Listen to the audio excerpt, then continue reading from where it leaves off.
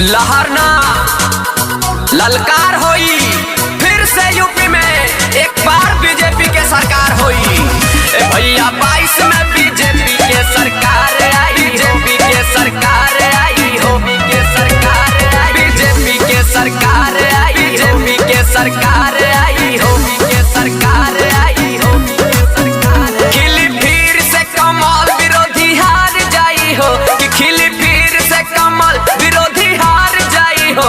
भैया 22 में बीजेपी के सरकार आई हो, भैया 22 में बीजेपी के सरकार आई हो।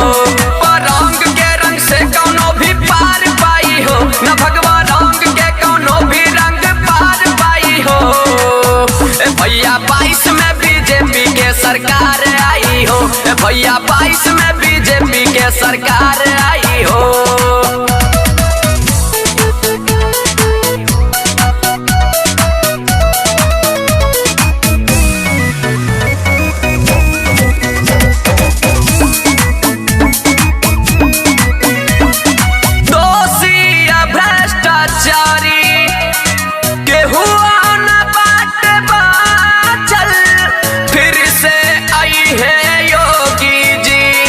मन में सबके साथ चल चल चल, दोषी या भ्रष्टाचारी केहू न बाटे बाचल, फिर से आई है योगी जी, मन में सबके साथ चल। अब न केहू कुछ योगी जी के बिगाड़ पाई हो, कि अब न केहू योगी जी के कुछ उखाड़ पाई हो। भैया 22 में बीजेपी के सरकार आई हो, भैया 22 में बीजेपी के सरकार आई हो।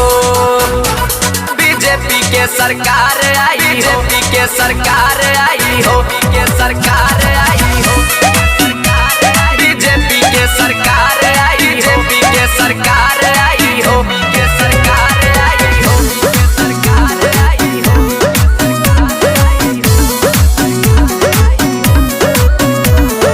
बिजली मुफ्त राशन शौचालय बनवा के कदी होले ई अजूबा हो, सड़कियों बनवा के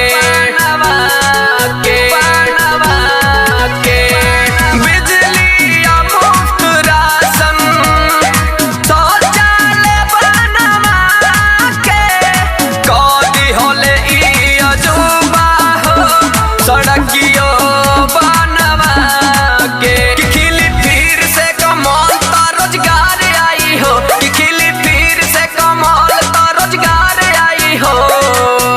भैया 22 में बीजेपी के सरकार आई हो, भैया 22 में बीजेपी के सरकार आई हो।